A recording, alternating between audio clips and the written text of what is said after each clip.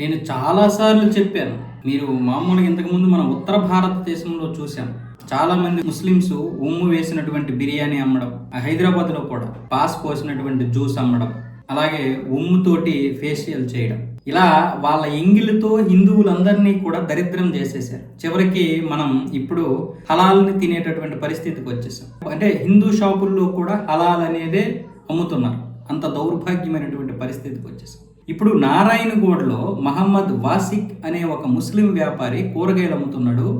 వాడు మొత్తం తన ప్రైవేటు భాగాల్ని మొత్తం తడిమేసుకొని బాగా రుద్ది వదిలేసి కూరగాయలు అమ్ముతున్నాడు అదే చేతులతో. ఒకసారి ఆ వీడియో చూడండి.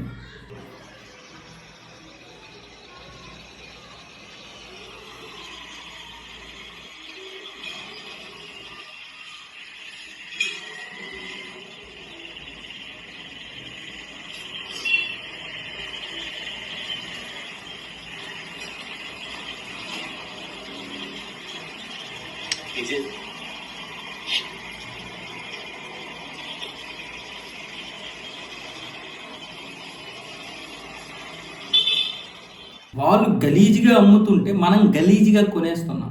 ఉమ్మే వస్తారో వచ్చే పోస్తారో బిర్యానీలో మనకు తెలియదు. అది రుచిగా ఉందని తినేస్తాం. పైగా వాళ్ళు తక్కువకి ఇస్తారని కూడా మనం తినేస్తున్నాం. అది ఎలా తయారు చేస్తున్నారు? మటన్ ఎక్కడి నుండి తెస్తున్నారు? అది మటనా లేకపోతే కొన్ని హోటల్స్లో దొరికినట్లుగా ఏమైనా కుక్క బిర్యానీ ఉందా? అదే కుక్క మాంసం కూడా మటన్లో కలిపేస్తున్నారు. మనకేంటంటే లొట్టలు వేసుకుని తినడమే.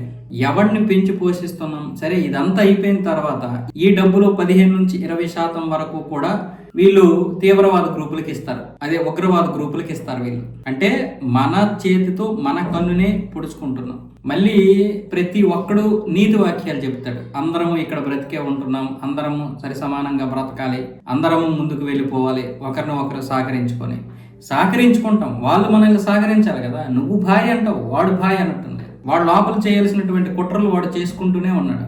మన ఇంట్లో కదని విజయనగరంలో ఉన్నటువంటి సిరాజ్ మనవాడే అనుకున్నాం, మన భాయే అనుకున్నాం. వాడు దేశాన్ని తగలెట్టడానికి చూశాడు. సరే, వాడంటే ఉగ్రవాదులతో ఎవరితో పోనేదో బ్రెయిన్ వాష్ అయిపోయాడు అనుకున్నాం. వాళ్ళ అమ్మనాన్నలు కూడా అలాగే తయారయ్యారు. వాళ్ళ సిస్టర్లకి తెలుసంట. ఇంకేం చెప్తాం మనం?